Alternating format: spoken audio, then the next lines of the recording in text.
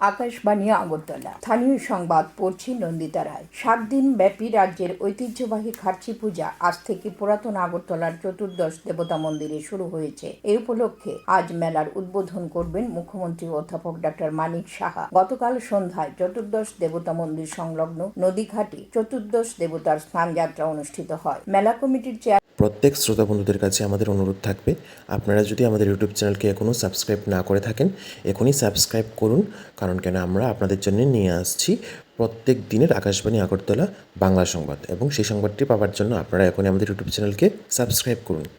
Chairman তথা বিধায়ক রতন চক্রবর্তী জানিয়েছেন, সবুজ ত্রিপুরা গড়ার লক্ষ্যে খার্চি মেলা কমিটির উদ্যোগে এবছরের খার্চি উৎসবের ভাবনা নির্বাচন করা হয়েছে এক পেড় মা কি নাম, অর্থাৎ মায়ের নামে একটি বৃক্ষরোপণ। এই উদ্যোগের অংশ হিসেবে 7 দিন সরকারি উদ্যোগে খার্চি মেলায় আগত দর্শনার্থীদের মধ্যে বিনামূল্যে নানা প্রজাতির গাছের চারা বিতরণ করা হবে। খার্চি উৎসব উপলক্ষে রাজ্যপাল ইন্দ্রসেনা রেড্ডি নাল্লু ও মুখ্যমন্ত্রী অধ্যাপক ডক্টর মানিক সাহা রাজ্যবাসীকে শুভেচ্ছা জানিয়েছেন। প্রধানমন্ত্রী নরেন্দ্র মোদী সারা দেশে ভবিষ্যতে পরীক্ষার প্রশ্নপত্র ফাঁস রোধে সংশ্লিষ্ট সব পক্ষের সম্মিলিত প্রচেষ্টার আহ্বান জানিয়েছেন।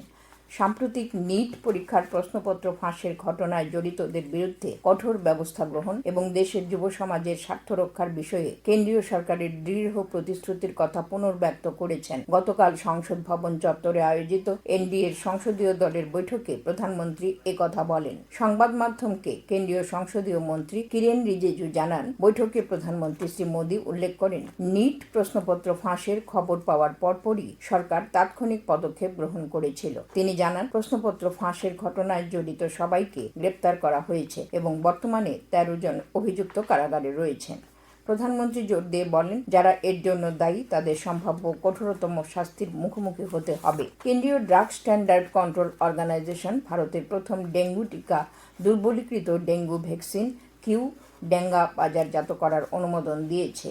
এটি দেশের প্রথম ডেঙ্গু টিকা যা ডেঙ্গু রোগ প্রতিরোধের জন্য অনুমোদিত হলো। 4 থেকে 60 বছর বয়সী ব্যক্তিদের ডেঙ্গু রোগ প্রতিরোধের জন্য এই টিকা ব্যবহারের অনুমোদন দেওয়া হয়েছে। ইউরোপীয় ইউনিয়ন, যুক্তরাজ্য, সুইজারল্যান্ড, ইন্দোনেশিয়া, মালয়েশিয়া এবং থাইল্যান্ড সহ বিশ্বের 42টি দেশের এই টিকা ইতিমধ্যে নিয়ন্ত্রক সংস্থার অনুমোদন লাভ করেছে। কেন্দ্রীয় স্বাস্থ্য পরিবার কল্যাণ মন্ত্রক জানিয়েছে, দেশের প্রথম ডেঙ্গু টিকার এই অনুমোদন ডেঙ্গু মোকাবেলায় ভারতের জনস্বাস্থ্য প্রচেষ্টার ক্ষেত্রে একটি গুরুত্বপূর্ণ মাইল ফলক। কেন্দ্রীয় সরকার জানিয়েছে, গত জুন মাস পর্যন্ত প্রায় 55 কোটি 59 লক্ষ ব্যবহারকারী ইউপিআই এর আওতায় এসেছেন। লোকসভায় গতকাল কেন্দ্রীয় অর্থ প্রতিমন্ত্রী পঙ্কজ চৌধুরী জানান, গত অর্থবছরে ইউপিআই এ লেনদেনের সংখ্যা 24,162 কোটি এবং এর আর্থিক মূল্য 314 লক্ষ কোটি টাকায় পৌঁছেছে। তিনি উল্লেখ করেন, ইউপিআই ভিত্তিক লেনদেনকে নিরাপদ ও স্বচ্ছ করে তোলার লক্ষ্যে কেন্দ্রীয় সরকার, আরবিআই এবং national payments corporation of India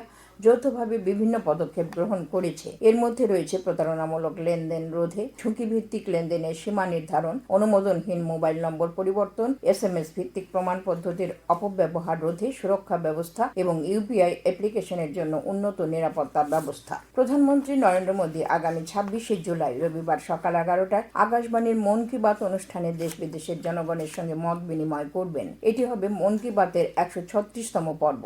প্রধানমন্ত্রী জনগণকে তাদের সুচিন্তিত চিন্তাভাবনা মন কি বাতে জানানোর আহ্বান জানিয়েছেন। মাইগভ ওপেন ফোরামে এবং নমো অ্যাপে জনগণ তাদের মতামত পাঠাতে পারবেন। এছাড়াও টোল ফ্রি নম্বর 1800117800 নম্বরে কল করে হিন্দি বা ইংরেজিতে মতামত রেকর্ড করানো যাবে। এছাড়াও 1922 নম্বরে মিস কল দিলে যে লিঙ্ক পাওয়া যাবে তাতেও এসএমএস করা যাবে। ফোন লাইনে মাসের 24 তারিখ পর্যন্ত খোলা থাকবে। বিলোনিয়ার ঈশ্বরচন্দ্র বিদ্যাসাগর কলেজে গতকাল দক্ষিণ ত্রিপুরা জেলা প্রশাসন ও জেলা জনগণনা সহায়ক দলের উদ্যোগে জনগণনা 2027 নিয়ে এক প্রশিক্ষণ কর্মসূচি অনুষ্ঠিত হয়। এই কর্মসূচিতে শিক্ষার্থীদের জনগণনায় স্বনিবন্ধনের বিষয়ে সচেতন করে নিজেদের নাম ও পরিবারের তথ্য সঠিকভাবে অন্তর্ভুক্ত করার পদ্ধতি সম্পর্কে প্রশিক্ষণ দেওয়া হয়। বক্তব্য রাখেন বিলোনিয়া পৌর পরিষদের উপমুখ্য নির্বাহী আধিকারিক সনদ দেওয়া, জনগণনার দক্ষিণ জেলা নোডাল অফিসার শঙ্কর ভট্টাচার্য প্রমুখ। আবহাওয়ার খবর। আবহাওয়ার পূর্বাভাসে জানানো হয়েছে, আজ আকাশ সাধারণত মেঘলা থাকবে, বজ্রসহ বৃষ্টিপাতের সম্ভাবনা রয়েছে আগামী 24 ঘন্টায়। উত্তর দক্ষিণ গোমতী জেলার কিছু এলাকায় ভারী বৃষ্টিপাতের সম্ভাবনা রয়েছে। আজ দিনের সর্বোচ্চ তাপমাত্রা 32 ডিগ্রি সেলসিয়াস এবং সর্বনিম্ন 20 ডিগ্রি সেলসিয়াসের কাছাকাছি থাকতে পারে।